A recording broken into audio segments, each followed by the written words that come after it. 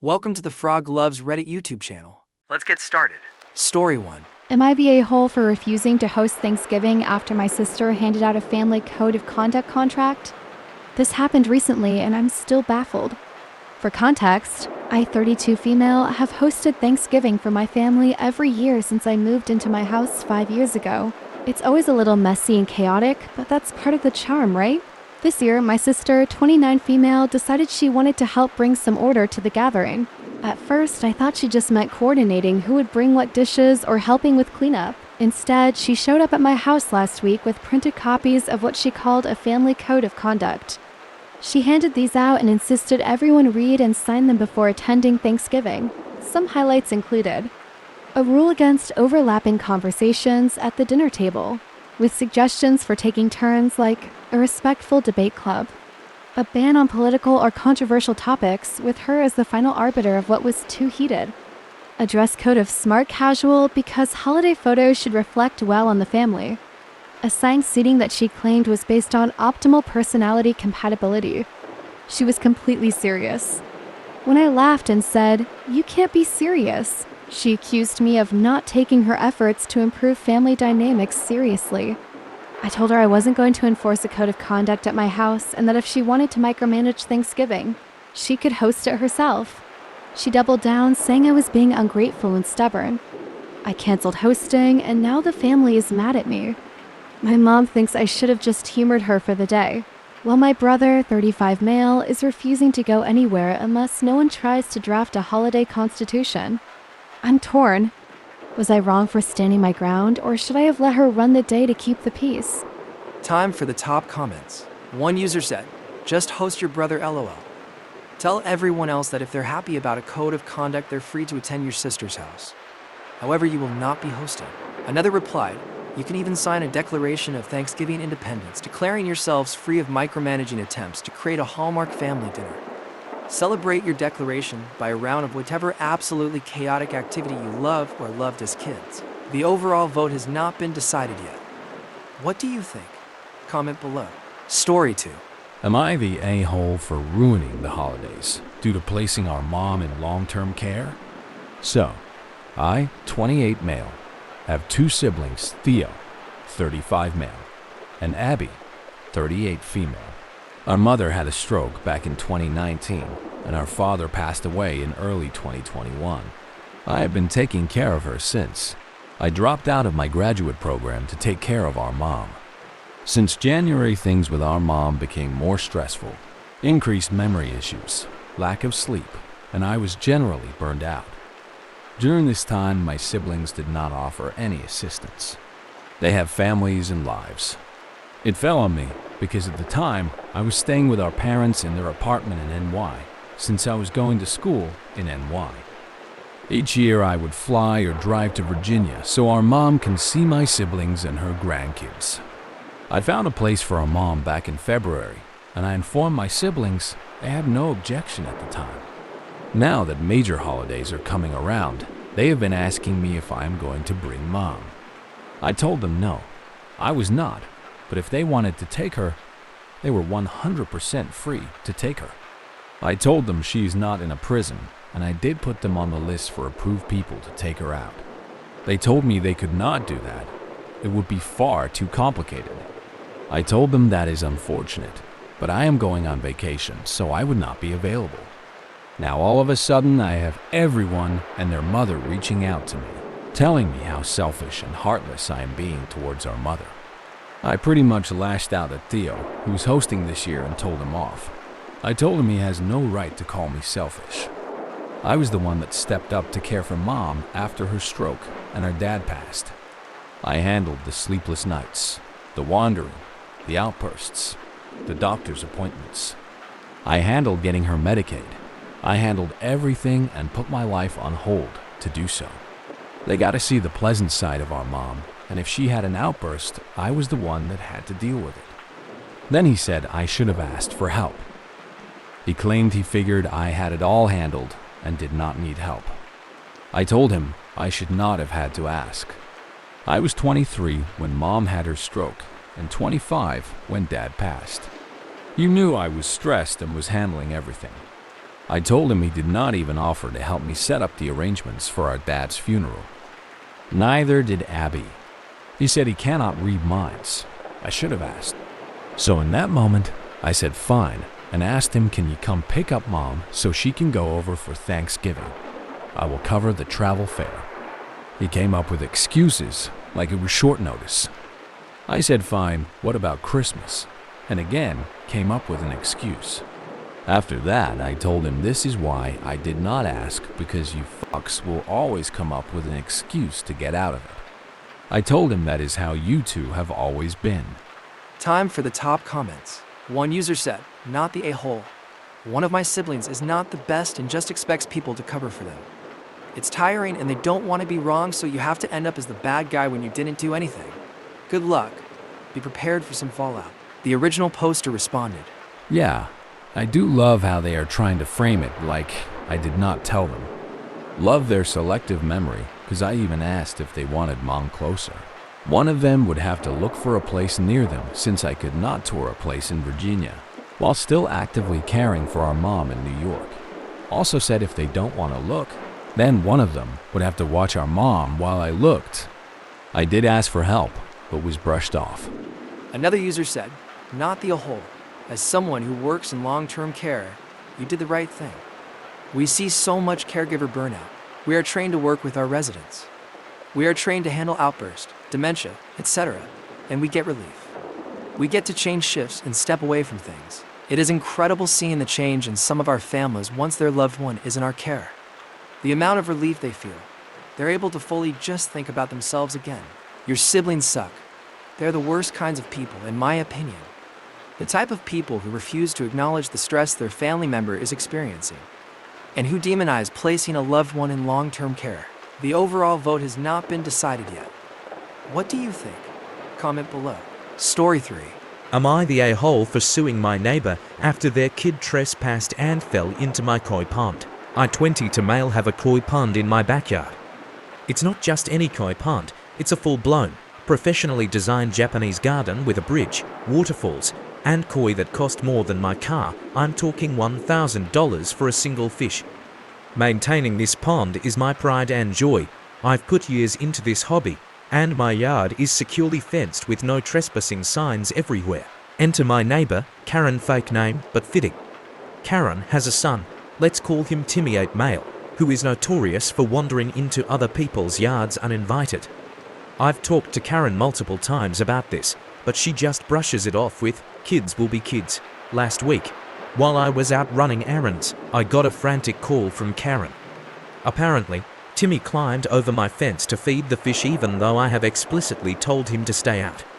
In doing so, he slipped, fell into the pond, and destroyed part of my carefully maintained ecosystem. Several of my prized koi died due to stress, and the filtration system was damaged because of the debris Timmy kicked in. Luckily, Timmy wasn't seriously hurt, just a few scrapes, but Karen has been demanding I pay for his medical bills.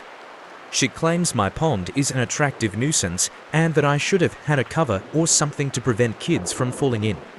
I argued that 1. It's a private, fenced property, and 2. Her son had no business being there in the first place. When I refused to pay, Karen lost it and started bad-mouthing me to the whole neighborhood, calling me heartless and a terrible person. I've since filed a lawsuit against her for the cost of the koi, the damage to my filtration system, and repairs to my pond, over $5,000 in total. Some of my friends think I'm taking it too far, saying, he's just a kid, but others agree that Karen should have been watching him better. So, Reddit, AITA for suing my neighbor after her kid trespassed and destroyed my koi pond. Time for the top comments. One user said, not the a-hole. Not at all. You received damages on your private property due to a trespasser. Your koi pond is gated behind fencing. That is something preventing kids from falling in.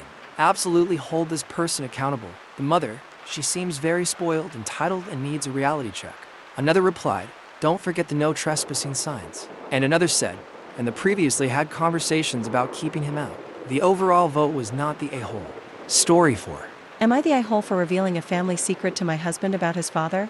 My husband's father died of a heart attack at age 42 on the plane while flying to his home country to visit family. My husband, Joe, was 13 and his sister was 9 at the time. His mother had few skills and poor English. From that moment on, Joe worked to support the family after school and at grueling factory shifts after finishing high school. He eventually pursued a trade and built a good life. We raised 2 children and are financially secure.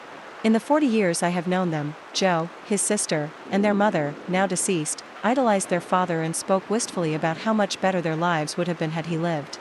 This summer, Joe's mother's cousin visited from the home country and was visibly surprised to see his parents' wedding portrait in a prominent place in our home. At a private lunch, she asked if they had forgiven the father. At my blank stare, she was incredulous that they didn't know. Her mother was their mother's older sister, and she stayed for months to pick up the pieces after the tragedy. She arranged the funeral, dealt with the finances, and discovered that the father was flying to meet another woman, who he had met in Canada, to start a new life. He had most of their savings on him in cash. He was apparently abandoning his family.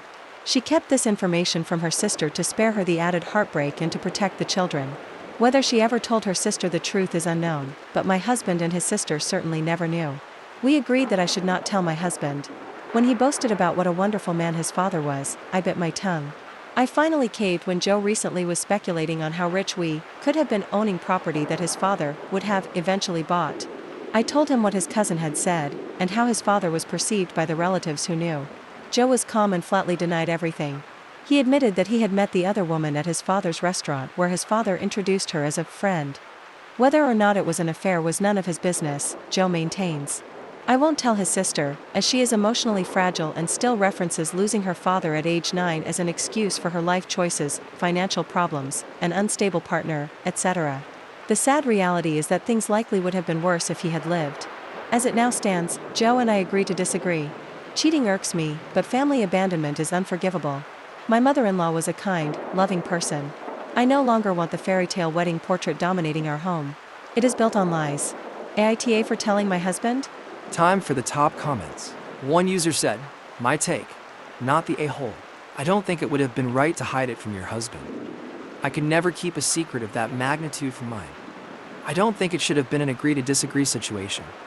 I think I would have repeated the story in the strict context of, this is what your aunt said, but I do applaud you for leaving it there rather than ramming it down his throat. It could very well be true, but what is the harm in the family portrait? What good will come from believing the worst when you will probably never know for sure? For some context, my opinion stems from my own experience. I have an ex whose father was murdered when my ex was a baby.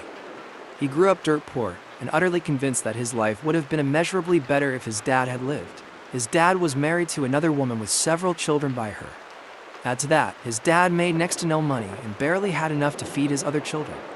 But pointing that out only drove a wedge between me and my ex, and after reflection, I regret making the point. So, let me stress that this is my opinion only, and it's not necessarily impartial. On the whole though, not the a-hole. Another user wrote, "I'm so sorry that happened to your husband. I don't think agree to disagree will last forever. Original poster needs to be a bit patient with her husband, give him space to process. He'll probably come around." The overall vote was not the a-hole. Story 5. Am I the a-hole for wanting my best friend and maid of honor at my wedding even though it's her birthday? I, 22 female, and getting married to my fiancé, 29 male, next year. Our wedding isn't going to be super extravagant as we only wanted to celebrate with our friends and family. A lot of the things for our wedding are going to be simple, DIY, with the help of our friends, family, etc. The main thing we absolutely wanted was our wedding venue. We instantly knew it was the one and we wanted a specific date, our 3-year first date anniversary. Unfortunately, our venue told us this date was not available, and so we chose a date a few weeks after. It was around this time that we announced our wedding party. Flash forward to about 2 weeks ago when we got a call from our venue saying that the date we originally wanted had opened up. We were thrilled, so we moved our wedding back. We didn't have any reservations about doing this because everyone who was coming to the wedding is relatively local and hadn't made any travel accommodations yet. We told our guests about the change and everyone was fine until I got a call from my best friend and maid of honor. She said that the wedding was now her birthday, which I obviously knew, and that her and her boyfriend were going to go on a trip that week. I was shocked as I hadn't heard of these plans before, but I just told her that I really wanted her to be at my wedding because she is my best friend in the world. She told me it was unfortunate that the wedding date moved, but that her trip was already paid for and mostly non-refundable. I was crying at this point and just said how this is unfair and how upset I am. She said I didn't have a reason to be this upset because I moved the date without telling anyone and someone was bound to not be able to go anymore. Some words were exchanged then, basically us going back and forth and bringing up old conflicts, and she hung up on me. Our mutual friends see her point and think that I should get over it. However, I think it's unfair that she would drop out of my wedding so easily because of a small change, literally 21 days. Am I the a-hole? Time for the top comments. One user said, "You're the a-hole." This user quotes the original poster. I just told her that I really wanted her to be at my wedding because she's my best friend in the world. So stick with the communicated date, and there's no problem. I think it's unfair that she would drop out of my wedding so easily because of a small change, literally 21 days. Why can't everyone just keep the entire month free? How unreasonable of them.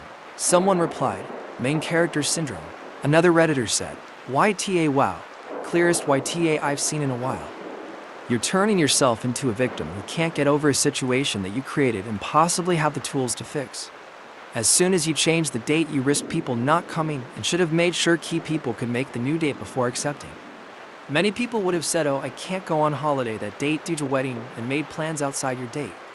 Your friend had the added factor it is her birthday. If you're really set on having her, phone the venue back and see if you can get the other date back. You are not the main character in everyone else's life. And I'm judging you a little that it's a self-centered move to have your anniversary on your best friend's birthday going forward, as they will always have this clash in the future. And I don't trust you to dip on her birthday saying, "Oh, but it's my anniversary." You are not being a good friend, let alone a best one. The overall vote was you're the a-hole. Story 6. Am I the a-hole for putting someone's face on a meme image? My girlfriend has a friend group that plays Dungeons and Dragons online. Basically, it's a video call on Discord and then also playing the game. I joined their campaign in the middle because I started dating her after the game began, and I would say that everyone there is her friend more than they are mine. One of the ongoing jokes in the group is to create memes about the session while it is going on. In this case, we were playing the game last night when one of the players walked into a trap. Basically, she walked into a room with a lot of demon dogs in it and got surrounded. The DM has to roll for each of the dogs attacking her, and the session becomes the girl rolling to avoid taking lethal damage. While this is going on, I decide to make a joke and used MS Paint to paste her face over the meme of a guy saying, "I'm fighting for my life." When the girl saw the image, the session took a turn for the worse.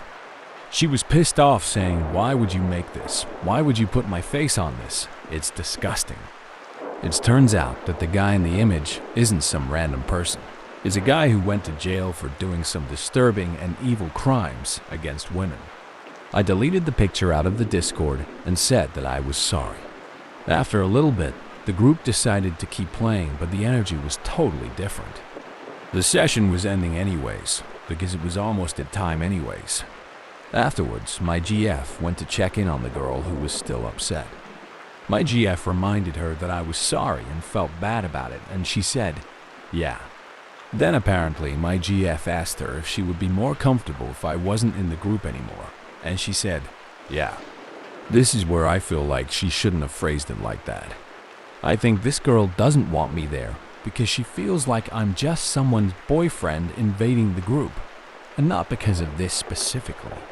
I don't think that anyone else there has strong feelings about me being there or not. I'm trying to figure out if this was so bad that I should exit the group, like this girl is implying. Time for the top comments. One Redditor said, "YTA and her feelings are completely valid. She does not feel comfortable with you in the group after you did something that was deeply upsetting. It is your responsibility to know the background of something like that before using it to make another meme. You may find yourself evicted from the group whether you choose to leave or not." Another said, "YTA. So you thought that it would be funny to do the R. Kelly meme using someone's face. No wonder why GF's friend wants nothing to do with you. Saying sorry doesn't automatically mean that you will be forgiven." The overall vote was you're the a-hole. What do you think? Do you agree with these Redditors? Tell us in the comment section below. Am I the a-hole for snapping at my mother? For removing my headphones? For context, I have a high sensitivity to loud noises and I usually wear headphones to help.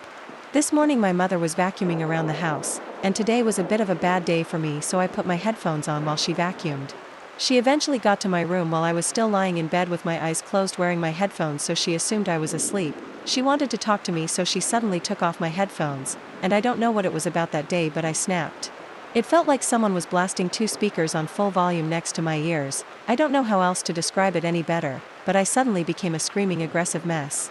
I'm usually quite calm, maybe a little hyper and bubbly with people I'm close to. Many people have said they can't imagine me yelling, but today I was just so irritable, I guess. And I know it sounds pathetic, but it hurt even more knowing that my mother knows about my noise sensitivity, and yet she still took them off me while the vacuum was so loud and so close.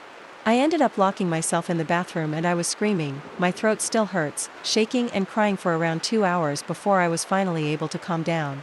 My mother thinks that I should apologize for snapping at her, but she refuses to apologize for causing the meltdown in the first place, saying that I should have told her to turn off the vacuum cleaner, but I was able to deal with the noise with headphones, and so I didn't think the topic even needed to be brought up until after she took my headphones off. She tells me I'll realize it was my fault in the morning.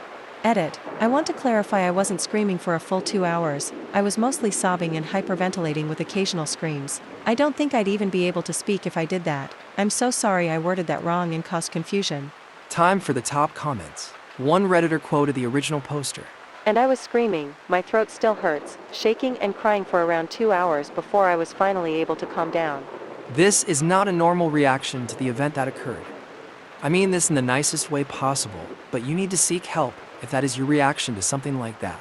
Everyone sucks here, because she could have easily just tapped you on the shoulder to get your attention, but you didn't have to go nuclear on her. Another user replied to this saying, "Op may not have been able to help it. This sounds like an autistic meltdown, and if that's what it was, they are completely involuntary.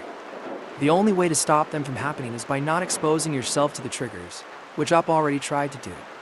Once it's been set into motion, you cannot stop it." One Redditor said, "I have no judgment here, just empathy for both you and your mom. It must be awful for you to have such a reaction where you are screaming and crying for 2 hours because you heard a vacuum. And it must be awful for your mom when she wants to talk to her daughter and is screamed at for not turning off a vacuum first. This is no way to live life for either of you. You need more help than Reddit can provide to help you cope with your debilitating condition." The original poster responded with, Thank you, it means a lot. I'm trying to be a better child for my mother, and I'm trying to seek help as best I can, but it's difficult. I want to be better though, because she doesn't deserve to have a child with these issues. I wish I was normal so she didn't have to put up with me. The overall vote was everyone sucks here. Story 8. Am I the a-hole for staying in my current town and refusing to move to a new city? I live in the UK, and I recently won a life-changing amount of money. By this, I mean enough to quit my job and never work again. I live with my girlfriend and told her about the win. She was excited at the fact I'd won, and we started talking about what to do with it. We live in quite a low cost of living part of the UK with not a lot to do, so my girlfriend immediately started talking about moving to a city and living somewhere nicer. I said no to this as family and friends are nearby, and my parents are both quite ill, so I don't want to move far away and have to travel far to see them. She said we could look at cities that aren't too far, but I again refused and just said we'll look at a nice house in a nicer part of the town we live in and just travel to other cities on trips away. She said she doesn't want to continue living here if we have this much money. I told her it's me who has won the money, so she doesn't get to tell me how to spend it. She just said she wants to move away, but I just reiterated it's my winnings, not hers, and that I've offered a reasonable compromise. She said I wasn't being fair by not considering it, but I told her I did consider it, but also explained why I wouldn't be moving. She just called me unreasonable and said I should be considering her opinion on it. Ada for refusing to move to a different city. Time for the top comments. One Redditor said, "Not the a-hole. It sounds like you have different goals in life. If you're not working towards the same goals, then things are going to be difficult in the future. The overall vote is not decided yet. What do you think? Tell us below." Story 9. Final story. Am I the a-hole for going off on my best friend's wife and not accepting my friend's apology? My 28 male best friend is Tyler, 28 male. Been best friends since the 5th grade, and I've known his wife Bella, 28 female, since college. I've always loved Bella. I was the best man in their wedding and godfather to their kid. Bella has been pushing me to meet more people. 4 months ago, their child had a birthday, and Bella invited her mom friends. I hit it off with one Rachel, 30 female, who had a kid the same age as Tyler's. She stuck around after, and the four of us really enjoyed talking. The next week, we did something similar with just us four. I got Rachel's number because I thought, why not expand my social circle?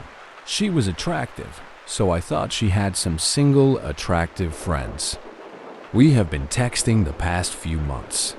She vents a lot about her child's dad, and we became like pen pals.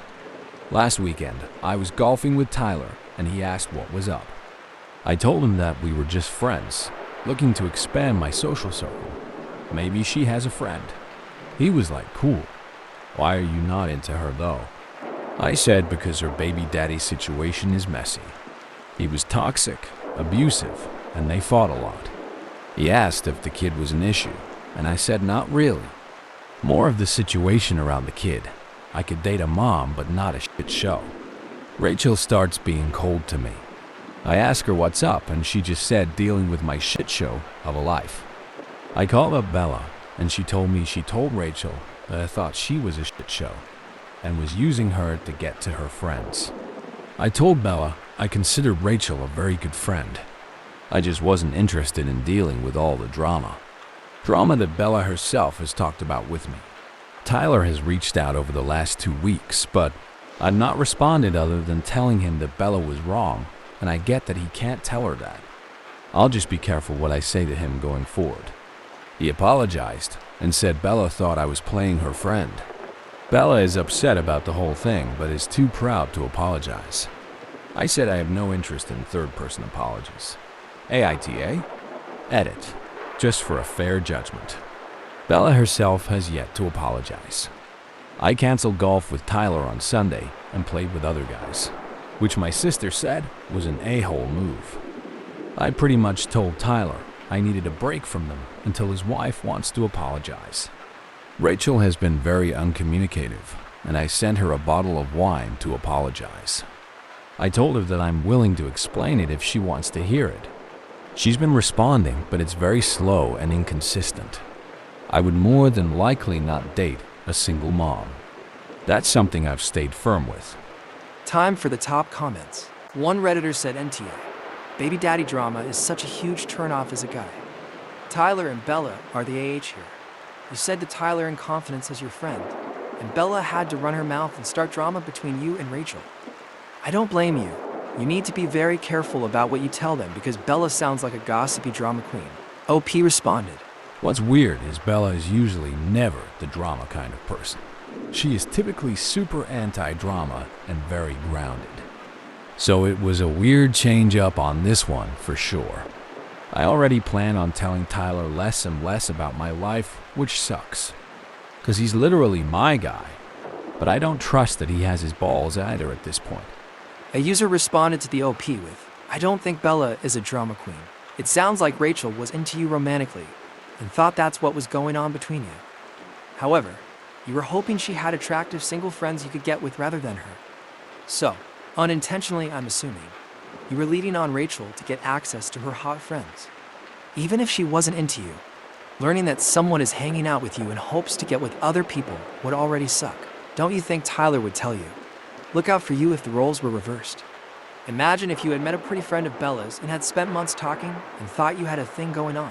Then, Tyler finds out that behind your back the girl you like and are investing a bunch of time and energy and is telling people you're a loser with the dumpster fire of a career/personal life and she'd never date you, but thinks you have more successful friends she can meet if she spends enough time with you. Don't you think Tyler would tell you because he cares about you and doesn't want to see you played/together? If you want to be able to tell Tyler things because he is your guy, talk to him about it. You say he's your best friend, right? Have a conversation about you feel hurt/your trust is broken, and it sucks because you want to tell him things but don't know if you can. You don't need Bella to apologize. He can't control that, and she was looking out for her friends so may not think she did anything wrong. What you need to work on with Tyler is whether you can tell him things in confidence without him telling Bella. The only person Tyler can control is himself. The overall vote is undecided. Who do you think the a-hole is? Thank you for watching. Like and comment below if you enjoyed. I hope you have a wonderful week, and see you in the next one.